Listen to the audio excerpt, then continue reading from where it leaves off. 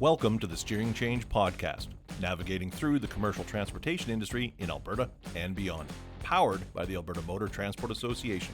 Here's your host, Kelsey Hipkin. Hello, friends of Steering Change, and welcome back to part 2 of a 3-part series, The Road Beneath: Ethics, Exploitation, and Accountability in Trucking, in which we're pulling back the curtain on the trucking and logistics industry. Today we're looking at Driver Inc., the Temporary Foreign Worker Program, and success stories from the Frontlines. Human trafficking takes many forms, from forced labor or sexual abuse, debt bondage or fraud-based recruitment, and employment exploitation, and it exists in every corner of the global economy. While often associated with hidden or illicit industries, trafficking frequently happens in plain sight, including in commercial transportation.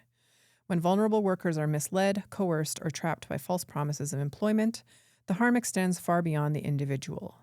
Ethical employers are undercut, public trust erodes, and the entire industry faces reputational damage and regulatory risk. Canada's commercial transportation sector is not immune, and the rise of the Driver Inc. model shows how quickly labor exploitation can grow when oversight and enforcement fall behind. Misclassifying workers has always been illegal, but in recent years, governments have begun to strengthen enforcement. In 2021, the federal government introduced new penalties for federally regulated employees, and in 2024 shifted the burden of proof onto employers to show that a worker is not an employee. At the same time, provincial trucking associations and enforcement agencies have launched coordinated roadside inspections targeting labor violations nationwide. These are important steps, but industry voices agree they're not enough. This exploitation intersects with deeper concerns around the temporary foreign worker and LMIA programs.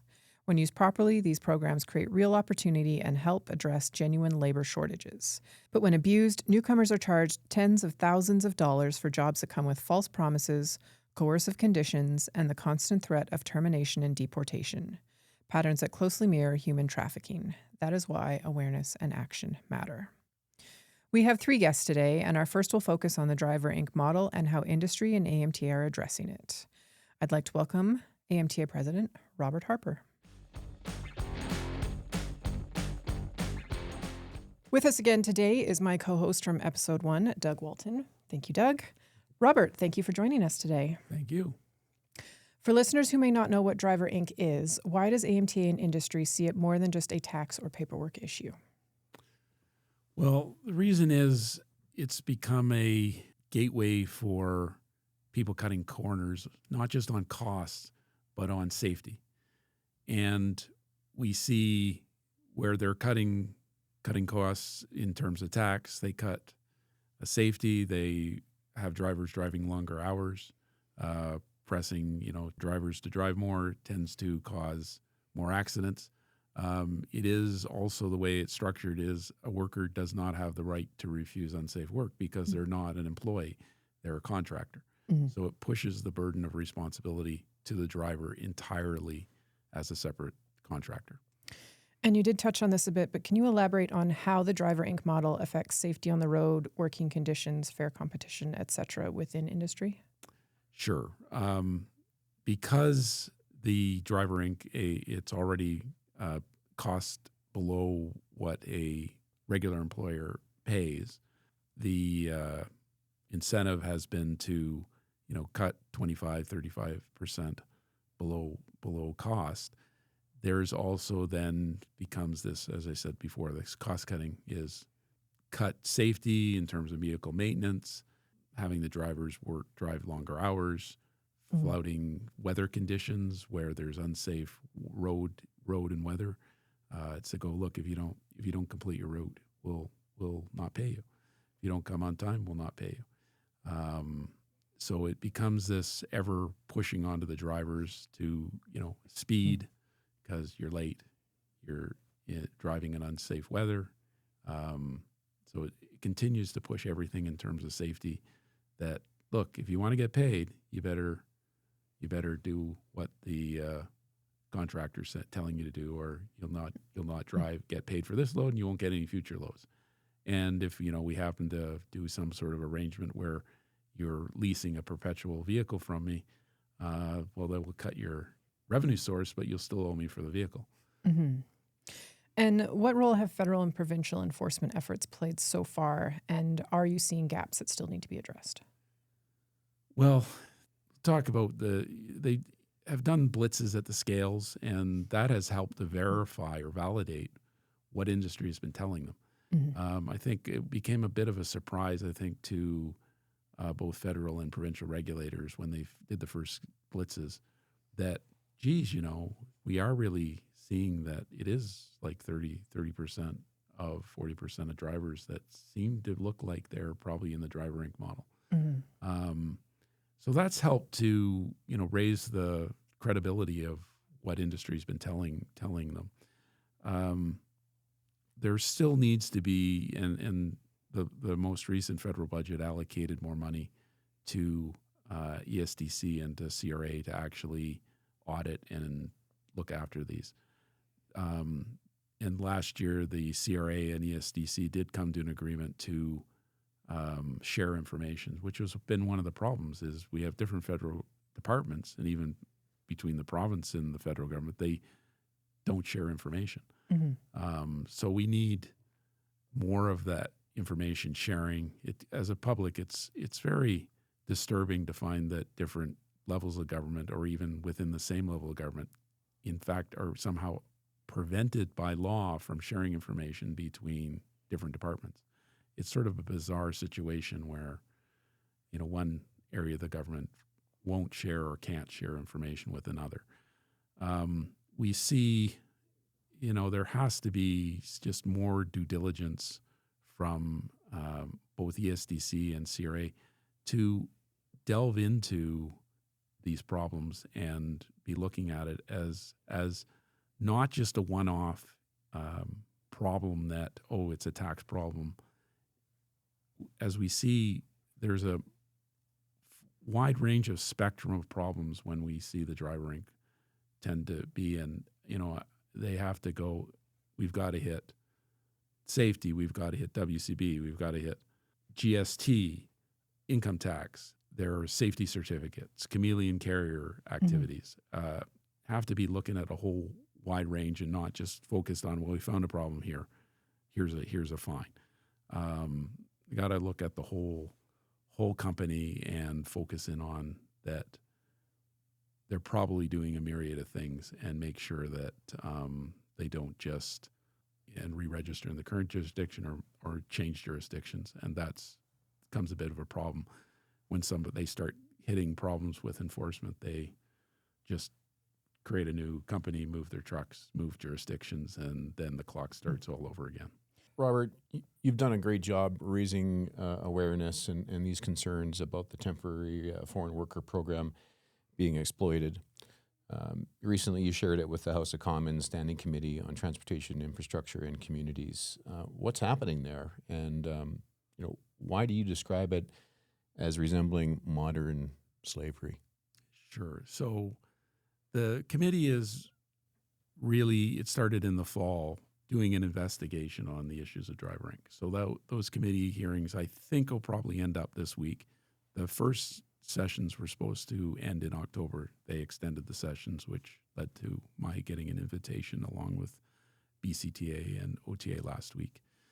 The committee will, probably in a month or two, put out some recommendations, and I think these inquiries have led to the recent changes that the government put in for T4As, so that help, identify people who are subcontractors, that there is a source of document that they're going to have to report their income tax on. And also the money in the budget, I think, came out of those committee meetings. So for that, I think we're reasonably happy, because often committees don't actually achieve a whole lot. This committee, I think, has highlighted that information, and good for the current government to take some activity. In terms of the temporary foreign worker and modern slavery, so just to be clear, when people normally think of slavery, we'll think of chattel slavery, where somebody is owned by another one. But there's certainly an older form of slavery called indentured servitude, which is what the temporary foreign worker program can become in its worst format, which is in what we know is happening. And actually, I had somebody phone me the other day who paid a consultant. So to get hired in Canada, these people, foreign workers, pay a consultant to get hired by a Canadian company. We've estimated some pay between $25,000 and $75,000 to a consultant. They get hired. They come to Canada to work for a couple of years, under their LMIA or the Temporary Foreign Worker Program. They get the ability then they hope, by coming to Canada and working for a couple of years, to convert that into a path to citizenship. Okay, you're not supposed to pay for that to happen. But now you've paid, let's say, $50,000. Go halfway. Okay, I paid $50,000. I have an investment into the job I'm working for. If I get my employer terminate me, well, what happened to my investment? Right. It's gone. And so then what are you going to do? Well, you're supposed to be hired as an employee. They show up and go, no, you're going to work as a contractor. Okay, what are they going to say? Well, no, that's not, catch the plane home. And then comes into the working conditions. Right. Oh, you want to drive, you don't want to drive in the snow? Back on a plane. I have a house where I've 8 other truckers working and they're paying $3,000 a month in rent. You have to stay there and pay me that rent. Oh, how about a kickback every paycheck for the benefit of me because I brought you to Canada? How about the training? We trained you to do this and that.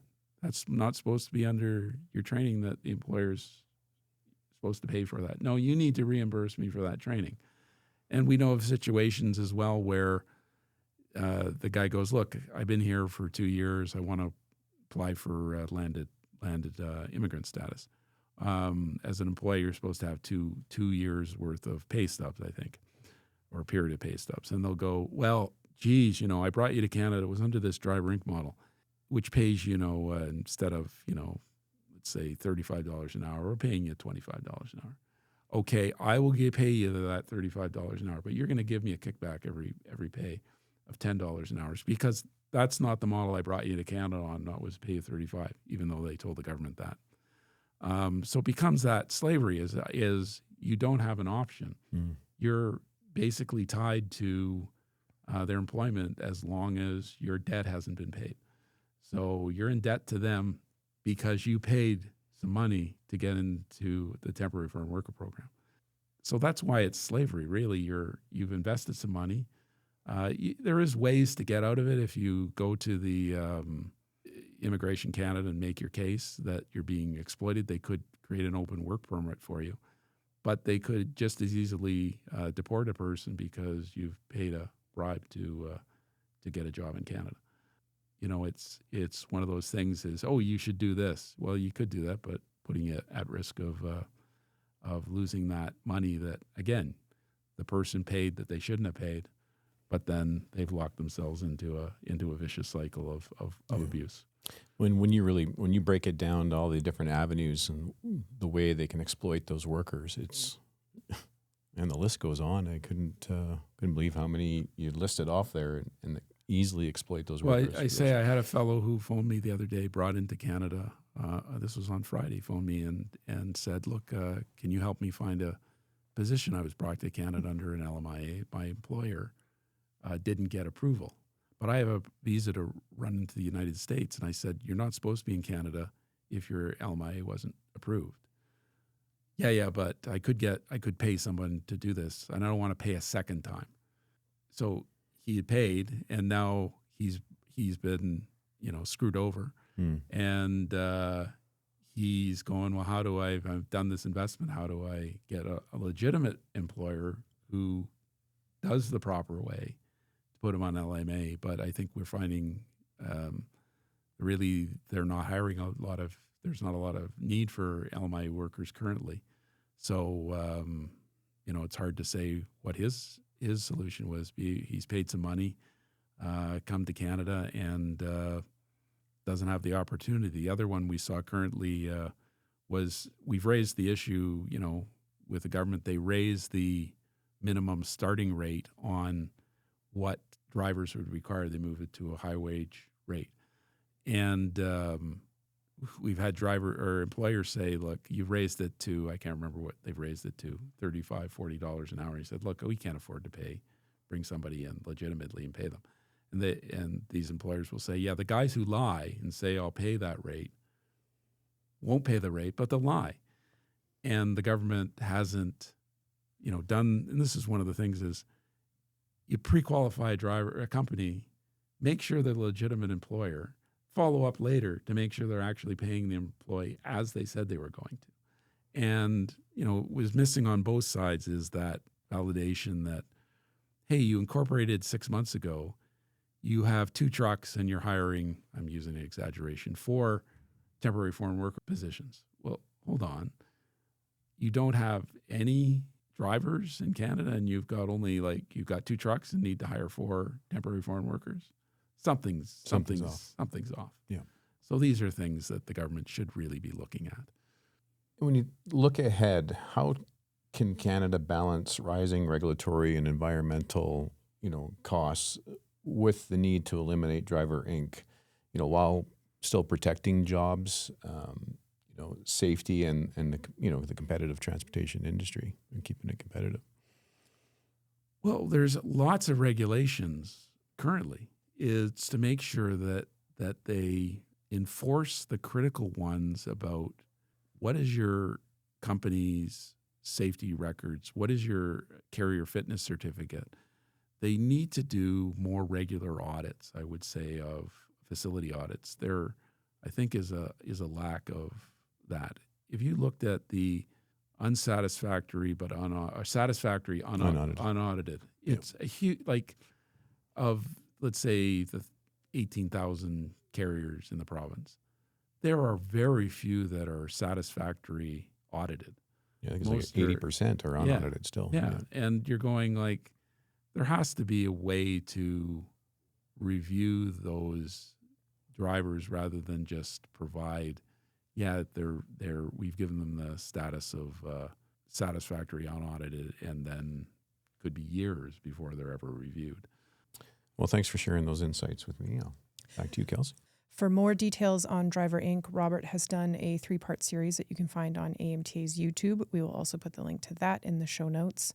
That does wrap up everything we had today, Robert, but I just wanted to ask, is there anything that you would like to add on ending? No, I don't think so. Again, it's something, the Driver Inc. is something that I think the public is becoming more aware of. Hopefully the drivers that are, involved in it, that you become aware of the risks, both for yourself, for safety operating on the road, but you should also be aware of the income tax aspects that you could eventually be hit with if you are audited. If or when you're audited, you could be liable for tens of thousands of dollars of unpaid taxes if you're not been declaring it as you should, and there's a big risk there. And your employer may or not be in business to go after those if you get audited. So make sure you're looked after, both safety on the road and your personal finances. Great. Thank you, Robert. And thank you, Doug. Thank you. Thank you. Thank you, Robert. Now that we've touched on the temporary foreign worker program with Robert Harper, we'll now take a more in-depth look at a carrier who utilizes it. For those who might not know, the temporary foreign worker program exists to address real labor shortages in Canada, in situations where employers cannot find enough qualified workers domestically. When used properly, the program is about continuity, safety, and fairness, supporting businesses that do things the right way, while providing workers with lawful employment, protection, and the opportunity to contribute meaningfully to Canada's economy. Concerns about abuse in Canada's temporary foreign worker program began gaining attention in the 2010s. By 2013 and 14, the federal government had introduced stronger compliance rules and a confidential tip line after reports of exploitation and misuse. Since then, media coverage and advocacy groups have continued to highlight risks, and while the program feels real labor shortages, cases of its misuse are still ongoing. During the same period, penalties more than doubled from $2,067,750 to $4,882,500, and resulted in 36 employers being banned from the TFW program, a threefold increase from last year. From April 1st, 2024 to March 31st, 2025, examples of noncompliance violations included an employer in the agriculture sector who was fined $212,000 and banned from the TFW program for 2 years for failing to provide proper working conditions and for not providing the required documentation to inspectors. An employer in the residential building construction industry was fined $161,000 and banned from the TFW program for 5 years for failing to provide proper wages and work conditions and lack of compliance with federal and provincial labor laws. And an employer in the long-haul trucking industry was fined $150,000 for failing to genuinely operate a business and for not providing the required documentation to inspectors. For this episode, we'll be hearing from a commercial driver who came to Canada through the program, navigated its challenges, and built a successful career. We will also hear from the company that recruited this individual and learn how the program helped address labor shortages across their network. For this interview, I'd now like to throw to my colleague, Doug Walton. Take it away, Doug. Hi, friends. I'd like to take a moment to welcome Robert Kupinic, a professional Class 1 operator who came to Canada through the Temporary Foreign Worker Program and has been with Canada Cartage ever since. To start, Robert, can you tell us a little bit about yourself and where you're from? Yes. Hi, thank you for having me. I'm from Croatia. I'm from capital city Zagreb. I came to Canada 2015 on the program that Canada Cartage came to Croatia to hire temporary foreign workers. And, since then, I'm with the company. That's great. Can you tell us a little bit about the early life in Croatia and what motivated you to look for different opportunities in another country? Yeah. So, life in Croatia is okay. No complaining, but it's not easy, especially for young people. Back then, I don't know how it's now, because I heard some stories that it's getting better and but it's not still good. So, it's mostly financial things that draw people from Croatia to get a better, life. Well, I believe when you and I have met, obviously, and for our listeners, I had the opportunity of meeting Robert back in Croatia when we talked about hiring you. Yeah. And I remember being there and I'm hearing the stats about, unemployment rate, being around the 40 to 45% back then. Yes. And that was what was technically posted. Yes. But I think it was a bit of a darker picture than that. Yeah. Reality, right? In reality. So how did you first learn about the LMIA program and what convinced you that it was the right path for you? You know what? LMIA program in Croatia, I see it on the internet. I didn't know what is LMIA, to be honest with you, because I saw the ad on the internet, Croatian internet page, and, I said, I will go for it because I don't have absolutely nothing to lose. I was working in the company, I don't want to say the name, but it doesn't matter, probably it's not important now, but I was not happy. I was like a young guy, 30s, married, and it's not easy. It was not easy. No. Well, I remember showing up there on that Friday and it was standing room. There was probably, I think, a couple hundred people, including yourself there at the hotel when we first met. And, going through all those interviews, hearing the stories of, people going to work for a company for months and months, not getting paid and holding on, waiting for that paycheck, and then going and showing up the next day and the company is closed and, and no longer there. And, that was through a lot of those interviews. I heard a lot of those stories. And so when you talk about the financial struggles and being a main decision maker, I can understand why. Yes. What was the hardest part about coming to Canada, before and after you arrived? Maybe the adjustment. If I'm a good fit for the country, because I know the mentality. I think it's different, of course, because it's it's a hard work, right? Mm-hmm. So you need to work to succeed. It's not like somebody is going to give it to you, right? That most of the people think, like I was surprised with the guys who came here. They thought like, we would just work a couple of hours and then we were going to make money that we are making back home or maybe more. That's not the Canadian way of trucking, right? Right. It's like minimum the whole day, like 14 hours. So when you think about it back then, leaving your home country, obviously, you were born there. Yes. Your roots are there. Your Yes. family's there. Yeah. That could have been another, I guess, roadblock in the decision making to come into Canada, like leaving your home country. What went through your mind when you finally got that call and said, "Hey"? Yeah. You know what? It was not easy leaving like my family, like my mom. But I said, I don't have, I'm going for it.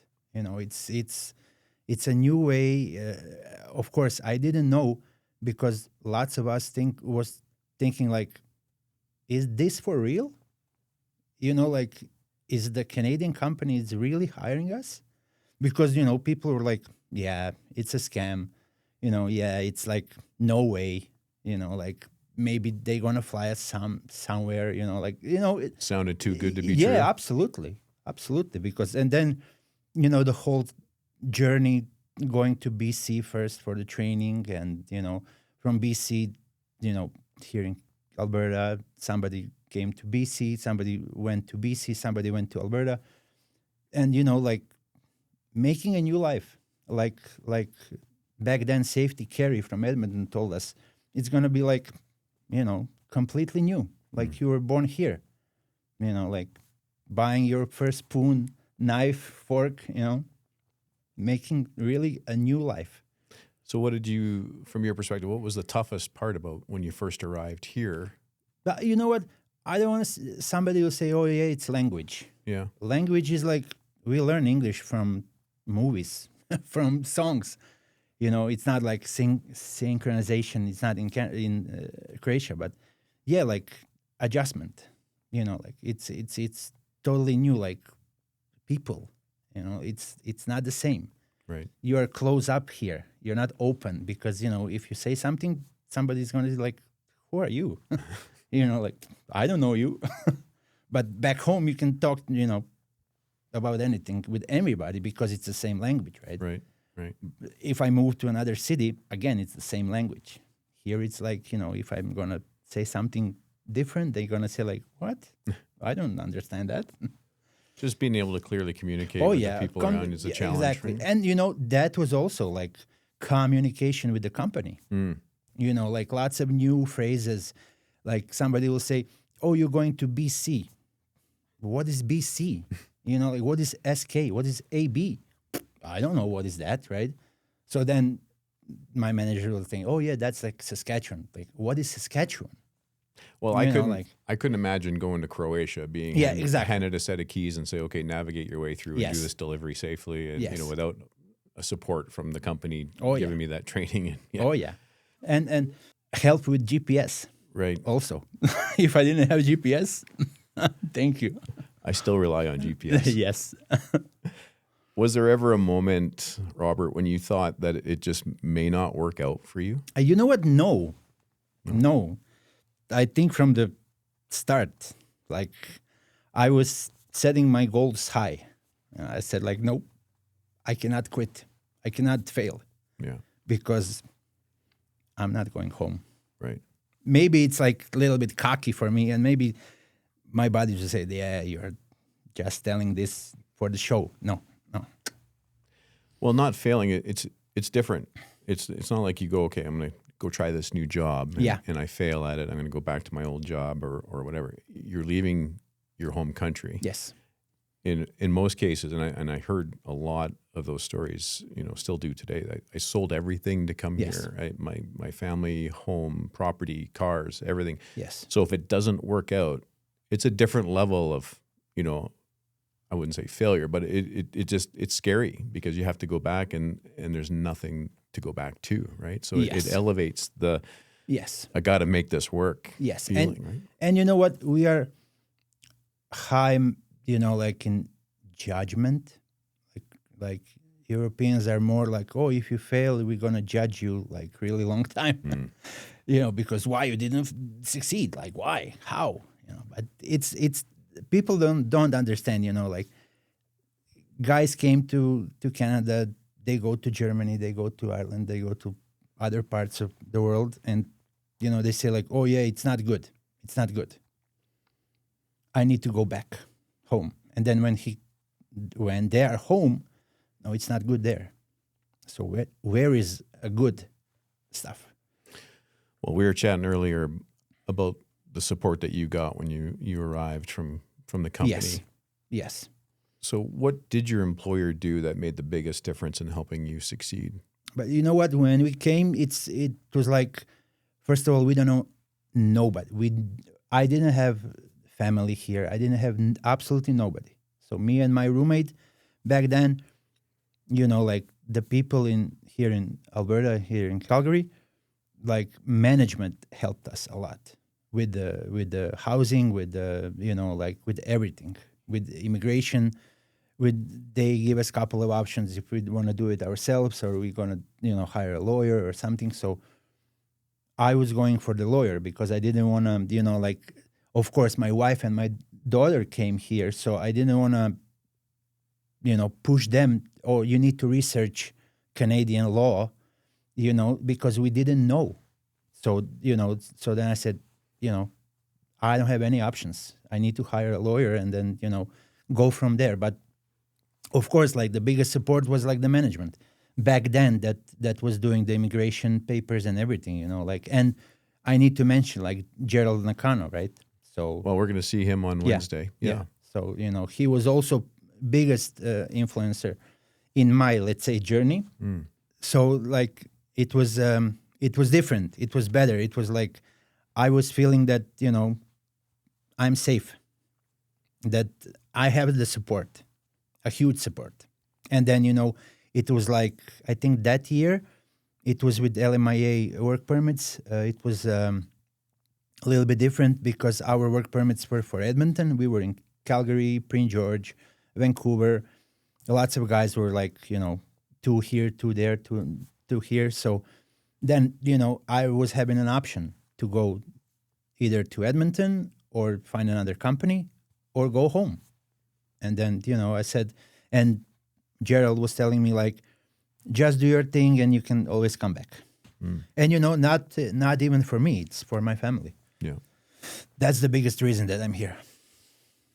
So you shuffled around. I know the LMIA, the rules and regs kind of changed a few times. Yes. You weren't the only ones that were affected by those changes too. I remember with our first group that we brought in from Jamaica, there was an education requirement that changed halfway through their LMIA.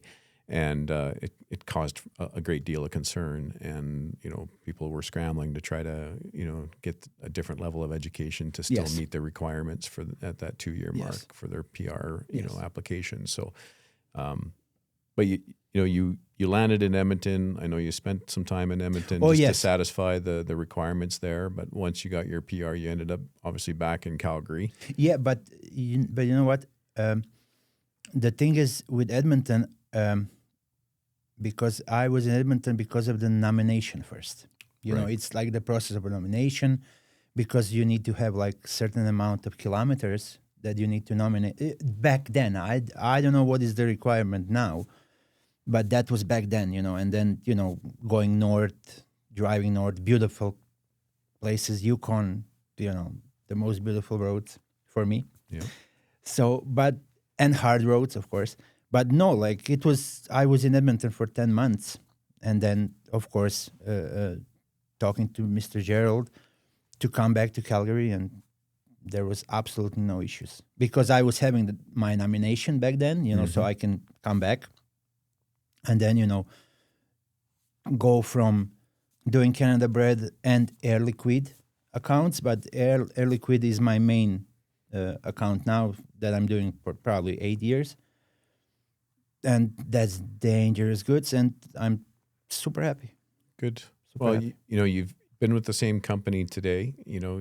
You have grown with Canada Cartage. Yes. I had a opportunity to watch some of that growth. And now you're on a specialty account that, Yes. is, very important account to them. And, you're no better suited individual than yourself. Yeah, because, like I went also through the stages in Canada Cartage. I was instructor for the forklift, for the B trains, like pro trainer, lots of steps that, it was good. Like lots of people were telling me like, oh, you need to change the company. It's maybe better. But I said no, because it's like for a couple of dollars more. I don't want to go through the same rookie status to go to the, Right. top. And it's going to take a long time.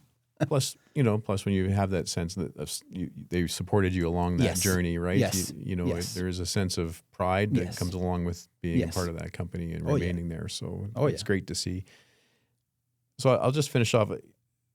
How has this opportunity changed your life professionally and personally? Oh yeah, it changed my life. It changed my life and my family life. Like my wife's, and my wife is my biggest support. Of course, like raising my daughter here, it's like a huge thing because providing her a better life, education, everything. Like you see now, after these 10 years as a company guy, mostly, like now I'm owner operator for the same company. Good for you. So, that's a huge, again, step in a new direction, right? So, and I think that nothing will change. It only can get better.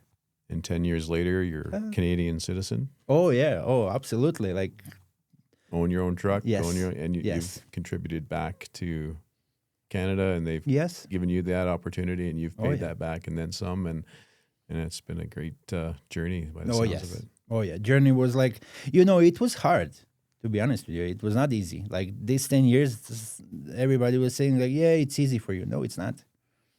It's not. Everybody's thinking, like, yeah, you have, house, you have car, blah, blah, blah. But it's not. It's a hard life. It's away from home. But, I have a support of my family. So that's a huge thing that keeps me going. Of course, support of the company that I work for, of course, but family is Family's important. Yeah. Most important. Yeah. Well, that's excellent. And I often talk about the LMIA program and being a part of it as a highlight of my career, and being over there, meeting you for the first time there, interviewing, hiring, and seeing the success. It's just truly heartwarming for me, and I'm so thankful to have you here on the show and to talk about it with me. And I never thought 10 years later or more that you and I would have this opportunity. And Yes. I'm really blessed to have you here, Yes. and I know Thank you. the listeners are too, and excited for listen to the rest of your career, and hopefully it continues to flourish with Canada Cartage. Oh yeah, absolutely. No, I'm not going to go anywhere. Well, Robert, thanks again for being here with us. We always like to give one last opportunity for one more question or statement. So do you have anything you'd like to add before we close? Yeah, I just want to thank Canada Cartage for the opportunity that they came to Croatia, for that whole LMIA program, temporary foreign workers program. And, I'm so happy. So thank you so much. Well, we're happy for you. And thank you, Doug, because, it's really changed my life. It really changed my life for the good. Absolutely for the good. Well, and I know we'll chat 1000%. we'll chat with Gerald on how it changed Yes. Canada Oh, Cartage, absolutely, but yes. it certainly Yes. did from Yes. our perspective. So it was a need meeting a need, Yes. and what came out of it was just a full driver complement for us, able to service the customer, and I know Gerald will talk about that. Yes. But it also gave us an opportunity to see a program used the right way and the success stories that came out of it. And Yes. those are something that we Yes. can talk about for many years I to can come. talk about days. Yeah. Days. But, I just want to mention one thing and about Gerald Nakano. Gerald Nakano was like a huge influence from the start. I need to mention once again that is like one hell of a good person to have. Every company should have that person like Gerald Nakano. You know, like it's something different. It's like, you know, when you meet your glove. Absolutely, Yeah. absolutely. I have like days to talk about Gerald, but I'm not going to waste your time. Well, I'm gonna Gerald, I think that Gerald knows that. I'm gonna celebrate him when he's here. Yeah. Because I feel the same way that you do. Under his leadership, Yes, absolutely. You know what? He cares about his people. Yes. Obviously, he has a job to do, and Yes. he holds people to Yes. account. But he And- definitely is. And you know what? Like, I think that he went to do something else in the company, but he always knows the names of the persons that he sees. You know, like drivers. Yeah. Like not me. Like, you know, like, hey John, hey Mike, or you know, like some other names, but like he's really like for the company. Well, and I'm so. You know. I'd go to do driver orientation, and I'd walk in the door to welcome everybody. He'd already beat me to it as You a see, senior yes. level leader. Yes. He's Yes. already there welcoming the people Yes. to the company, Yeah, and that's just the type of guy he was, Yeah. or Yeah. is. Thank you for having me. This is like huge surprise for me that somebody wants to interview me like a trucker. And thank you once again. Well, commercial drivers are so important to us here at AMTA, as well as society as a whole, and we rely so heavily on goods being moved, and without professionals like yourself behind the wheel, where would we be, right? Yeah. Thanks again, Robert, for being here. Thank you for having me. Okay, we'll Thank keep in you. touch, Pleasure. all right? Absolutely.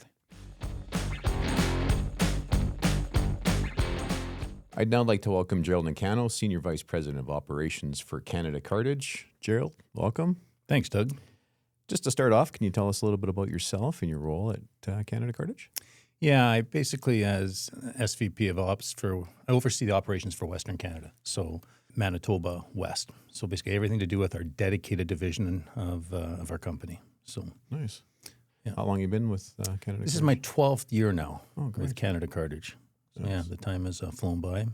Time flies when you're having fun. Time flies, yeah. Well, I just welcome you here, and we're going to dive right into the conversation. But how did Canada Cartage first get involved with the temporary foreign worker program, and what did that process look like? Well, I guess my involvement with the company was started in 2015. And as you're aware, we started, I think it was in 2012, when as a company we went into to do the temporary foreign worker program. And at that time, it was just because of the driver shortage. And it was just, it's hard to imagine the time we have, the situation we're in right now where there's an overcapacity of drivers because, back then it was a real, extreme shortage of drivers. And so I think it was just a way for us as a company to recruit and find drivers, and ideally find drivers that we could count on staying for a while. Because another thing, even when there's a undercapacity in the market for drivers, they also have the opportunity to jump around from company to company. Correct. So I think with the temporary foreign worker program, you get a little more of a lock of the employee stable into your work, business. You're sponsoring with it, so you have more of that. Exactly. Mm-hmm. So really, it was just to address the driver shortage issue that we had, that we looked at getting into it.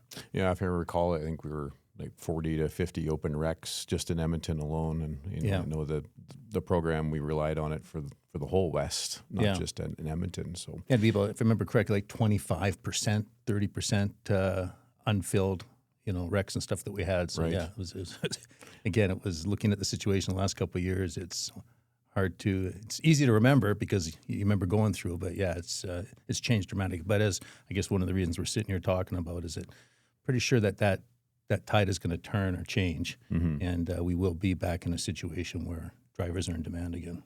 yeah, I believe that's their forecast for sure, and hopefully we get a few years before it starts to hit. But with an aging workforce and not a lot coming into the industry, Exactly. there's going to be an imbalance for sure. When Canada Cartage hired the first group of foreign workers, what were some of the first the initial challenges with the groups that we? The obvious one would be coming from Jamaica and and coming to our winters. It doesn't matter pretty much anywhere in the world where you're coming from, and coming to our winters and having to deal with that whole thing, the driving in those winter conditions. So I think, that's quite a change. But again, as I'll get into in a minute with my experience with being over there in Jamaica with the drivers it's interesting because we have the slippery road, the conditions, the winter road conditions, but they also have a lot of really tough road conditions Absolutely. there. I've been there. They're tough roads and tight roads and areas. Yeah. And then some of the, I'd hear stories about where they drive up on the dirt roads going up into the hills and they're wet and they're slippery. And so there's a lot of similarities also. But how did Canada Cartage at the time ensure that those workers had the resource and training needed to succeed? You recall? Yeah. Well, if it's okay, I'll kind of get a little bit into my involvement with specifically with the drivers that we recruited from Jamaica. And so when I came into the company, we already had a group of Jamaicans that had come over and were driving for us. Right. And I came in at that time, and we wanted to continue to do another round of bringing in more Jamaican drivers. And part of that was in that process, we listened a lot. We learned a lot about what didn't go well or things that went wrong, frankly. Right. For example, we partnered with another sort of recruiting company person there in Jamaica that was kind of our liaison to the network of drivers there. And without getting into a whole lot of detail, let's just say that there were some problems with them, from a ethical point of view, from a professional point of view. And I think at that time, because around then the temporary foreign worker program really kind of exploded, I think in 2010 to 2013, 14. Yes. And so when you have something like that, an opportunity, you'll get the good players and you'll get the bad players that'll come in there, and they have to usually be filtered out and weaned out. So we had some challenges with some of the people we initially associated with, I think, and we did clear that up. But through that process and just overall through our own learning experience, one of the things that I really noticed coming in was drivers saying, I expected this. I was told this. Right. I was promised this and it never happened. And then trying to understand, okay, how much of that was accurate? And a lot of it was accurate. Versus, no, that's not quite how it was. And you get into this, the back and forth on that. And so, but no doubt, I think a lot of the guys, the expectations were not made crystal clear to them, whether that's when they came over, the initial training they had to do when they came here, the housing and stuff that you have to help coordinate as far as finding them places to live, expectations on the job of where they would be driving and what they'd be doing. The message that I clearly got at that time was we definitely could do a better job of communicating that, both making sure that they are crystal clear on the expectations, what they're getting into. And so in 2018, we went back to Jamaica for another round, and we were in there pretty aggressively. Our goal at that time was to, and we had initial, approval from the government for 95 drivers in total. Oh, wow. And so we were looking at 70 for Eastern Canada and 25, if I remember correctly, for here in the West for Calgary and Edmonton. And so one of the things, the really, really good things or smart things that we did was we brought one of our Jamaican drivers, Sean Stevens. Sean, yes. Yeah, and you know Sean, and you know what kind of driver he is. So he's a true success story for us, having come over, and he's a really cool guy and a really motivated professional guy, and when he came over, he wanted to learn everything, LCVs, everything. He wanted to do it all, and he's an exemplary driver. He also knows the Jamaican driving scene overall. For example, we'd bring him along and we said, we want you to help guide us in how to do the interviews. We brought along a whole team. We, booked a hotel and we had people coming there. But Sean was kind of a key part of our whole interview process. For example, he would, somebody come and say, I worked for this company and I did this. And Sean would say, no, you didn't. I know that company. And you didn't do that. You didn't. All you did was haul gravel. Right? So it was really valuable to have them there to kind of help filter and screen like that. Yeah. So we went over with a really solid team. There were 6 of us doing interviews. We paired up in twos. And over the course of the few days there, 3 days I think it was, we did over 200 interviews to narrow it down to 95 people. Wow. And when we got down to that last 95, we had a dinner the next night where they could bring their significant others and their family to there, so that their wives, whatever, could ask questions also. Great. And then we made a real point that, frankly, it's one of the main reasons I went there, is because I wanted to be up in front of these people, all the guys, and talk to them and say, this is exactly what to expect. This is what's going to happen with your training here. This is what's going to happen when you get to Canada. This is what you can expect on the job. These are the type of jobs we offer.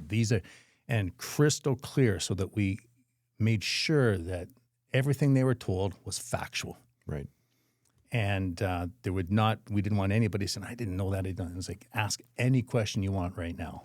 Well, it's not like moving a province. You're leaving another country and traveling Exactly. hundreds of thousands of miles and starting fresh in a whole new environment and new culture, new people, and So Well, and it's also really neat meeting the families and understanding, really getting a feel for what a significant move this is for them.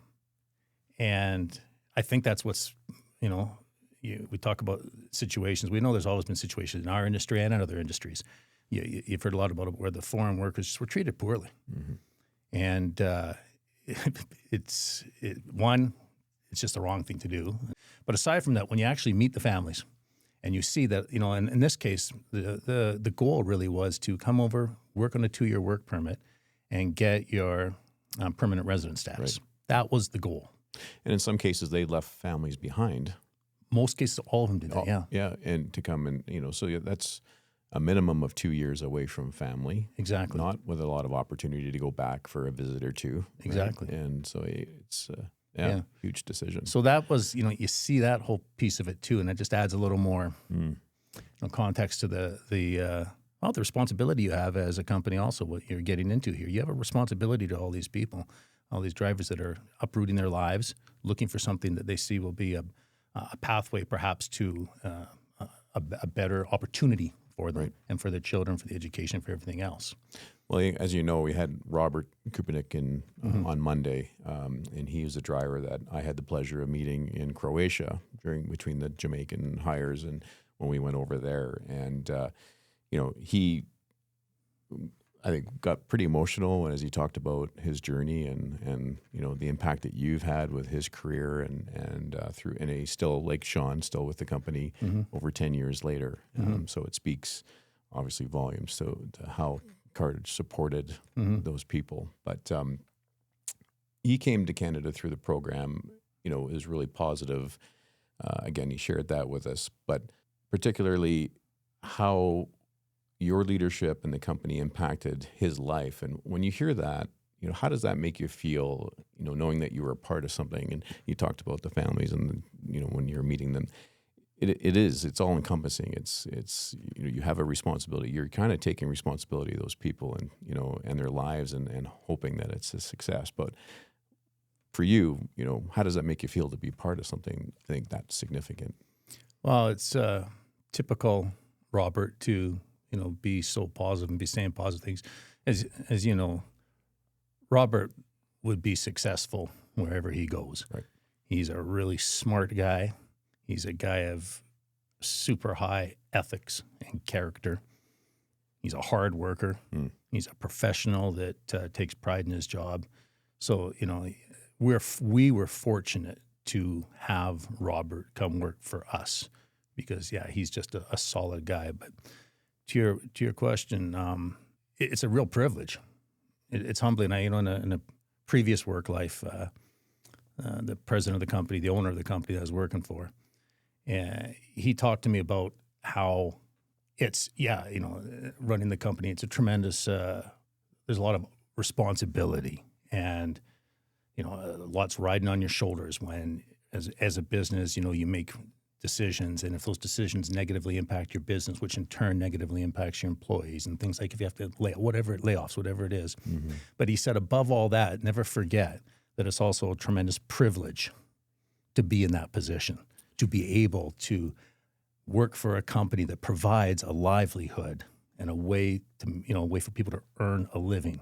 It's a real privilege. And obviously I'm biased towards Canada Cartage sitting here talking about it, but I can confidently say that is, from the top on down throughout our company, that sentiment is genuine and real, that it's a tremendous responsibility, and it's also a tremendous privilege to be able to do that. And then more so helping people come over and to start a new life in a new country and be successful in doing it. It's just plain cool. Well, I think we take for granted what we have here. And, I remember when I went over to Croatia, we walked in, it was a standing room only, and there was people there that didn't even have a commercial license, so they didn't even qualify for the program.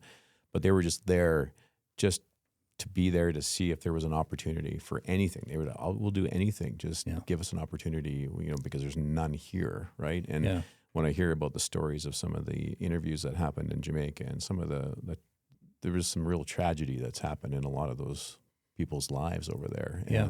And in some cases, those folks, in Croatia sold family estates or their homes that they've had, for generations, just, their cars, everything, just to get here for that opportunity. And, for it not to work out would meant they're going home with nothing. Yeah. So when you hear about, the abuse, and like you talked about earlier, it's, you're messing with someone's, lives, their family lives, their history, and going forward, and so. And when you work for a company and a group of people that do the right thing, just for the right normal reasons, I don't know if you find it particularly more infuriating when you see others not doing it.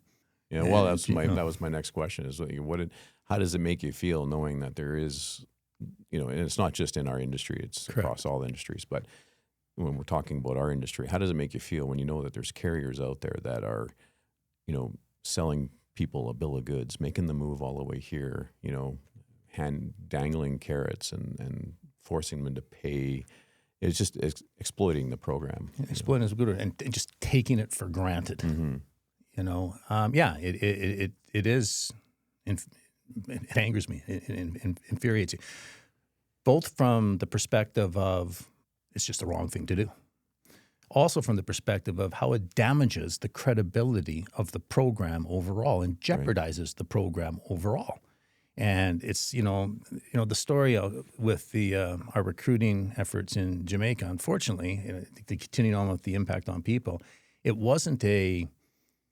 didn't have a real good, positive, happy ending. No. Because what ended up happening there was, as we got into 2018, the economy was changing and the job market was changing, and now there were more Canadians that were unemployed. The economy was crashing. Oil and gas crashed. Oil and gas crashed big, so particularly here in Alberta.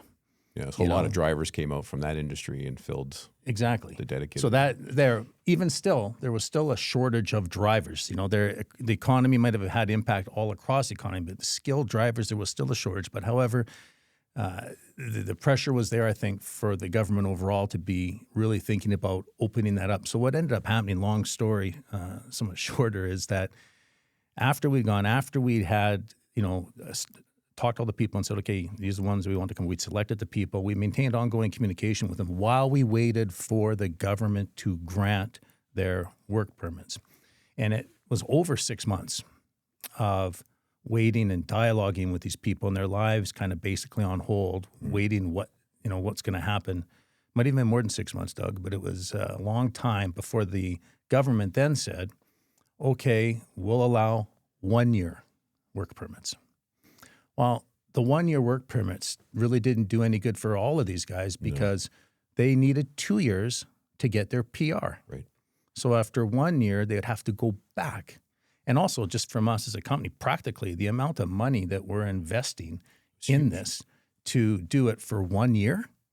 The idea here is if these people want their permanent resident, we can help support them in doing that. And after they're done, their 2 years work permit with us, of course, they can go wherever they want. Yep. Hopefully, we've created a situation that they want to stay with us. Right. So therefore, that whole thing effectively didn't happen. And the conversations that we had with the guys that we got to know over that period of time is ongoing correspondence back to them.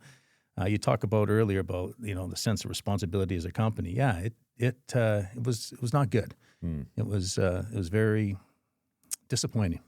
Well, and your hands were tied, but you're still connected so closely with those people, and you've been part of their journey. Yeah. And you wanted it to be a successful journey. And then when, I know there was other issues that came up through with that, especially on the Jamaican side, on the education piece. I know they initially accepted, I think, the Jamaican grade 12 schooling, and then when they got over that had changed mid stride as well, and forced a lot of them to go back to school here to try to get their GED to qualify to remain after that 2 year, which some couldn't make it.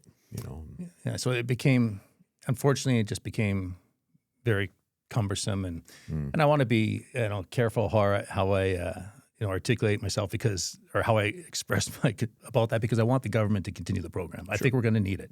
And so I think, there's learnings that are had by everybody, and hopefully those learnings. So I don't want to be too bad and saying, but again, hopefully as we see the need to, I think the driver shortage is going to become a reality again in a couple of years, 2, 3, however long it takes. And so we want the government to open up that program again. I think there'll be a real need. And so, So looking ahead, do you think Canada Cartage will, again, participate in that program down the road should the need arise? Absolutely. Yeah, absolutely. I mean, of course, first and foremost, we want to provide employment for Canadians. Right. And we want to, it's easier, and it's certainly more inexpensive to source, local or Canadian labor. So that's our priority. I'm just acknowledging the reality, right. Knowing where we were for how many years. You were there, like how many years was, I said earlier, it was a regular thing where, you have a 25, 30% vacancy on your driver list, and the turnover and stuff. Yeah. Hopefully it doesn't get back to where it was then, but it's going to shift and it's going to change. You said the industry, everybody seems to be calling that and predicting that. Yeah. So when that happens, we need to be prepared. And I think we're not saying we just want to go get temporary for a combination of both, but we need to have, I project that we'll need to have that opportunity available to us. Right. To go to the foreign workers.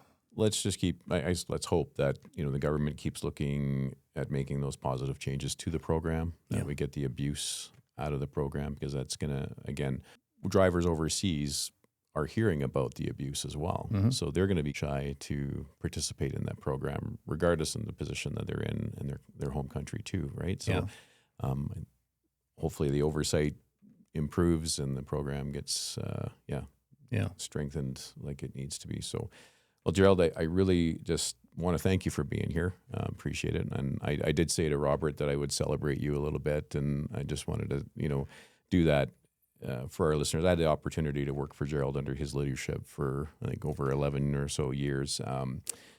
You've provided me opportunity throughout my career and mentorship, and I just wanted to appreciate. And, what I really appreciated about your leadership is that, and I said it to Robert, you would often beat me to the orientation meetings to introduce the company to the new recruits. I'd see you stopping in hallways and talking with people, knowing the drivers who are, supporting the company, and, often see you sitting around and communicating with them and having that open door policy. And that means a lot. Thank you, Doug. That's very kind of you to say. And as much as I was not happy about losing you to the AMTA, I am glad and happy for you that you're here in this role and in this position, because I think you're a tremendous asset to the industry. Oh, and I'm glad that you're in, as much as I wish you were in the previous seat, I'm glad that you're in this seat right now, because, the AMTA is a good organization, and they have strong people, and they need people like you to continue to promote the industry and support industry initiatives, including the temporary foreign worker program. So thank you for giving me the opportunity to share our experience, and hopefully this works out long-term, that the foreign worker program opens up again and we'll get there. So, but thank you. We can have you back and we talk about how positive the program is going. Sounds good. So, excellent. Thanks for being here. Hey, thank you very much. Back to you, Kelsey. Thanks, Doug. I would like to thank you for all the effort you put into making this particular episode so impactful. As well, my appreciation to our guests, Robert, and Gerald, for sharing your knowledge and stories. Stay tuned for episode 3 of The Road Beneath, Beyond the Silence, Human Trafficking and Commercial Transportation, dropping March 13th. Please be aware there is a trigger warning for this episode for instances of sexual abuse and trafficking stories. Now for some news. AMTA's 88th annual conference takes place April 22nd and 23rd at the Grey Eagle Event Center in Calgary. Join us for a jam-packed program covering industry, enforcement, communication, and the impacts of artificial intelligence, as well as a rewards dinner, trade show, and more. Registration details are available at amtaconference.ca. And keep those eyes peeled to your AMTA channels, as we'll soon be dropping details on our 76th Professional Truck Driving Championship, taking place Saturday, May 30th at our Edmonton International Airport location. Do you have any questions or comments about the Steering Change episodes? Reach out on our Instagram at AMTA_CA or LinkedIn at Facebook at Alberta Motor Transport Association. Stay safe and see you next time. Thank you for listening to this episode of AMTA's Steering Change podcast. The views expressed by guests of the Steering Change podcast are their own and may not reflect the views of AMTA, its hosts, or sponsors. Did you have a question that you would like answered on an upcoming episode of the Steering Change podcast? We want to hear from you. To submit a question to the Steering Change mailbag, hit up our DMs on LinkedIn, Facebook, or Instagram with the hashtag Steering Change, and your question will be answered either live on the podcast or by one of our SMEs here at AMTA. We ask that you share this episode with those in your network that could benefit from what we discussed today, and make sure to subscribe to our podcast on your favorite podcast platform so you can be notified when future episodes are released. You can learn more about us and our mission by visiting www.amta.ca. Now get out there and have a safe day.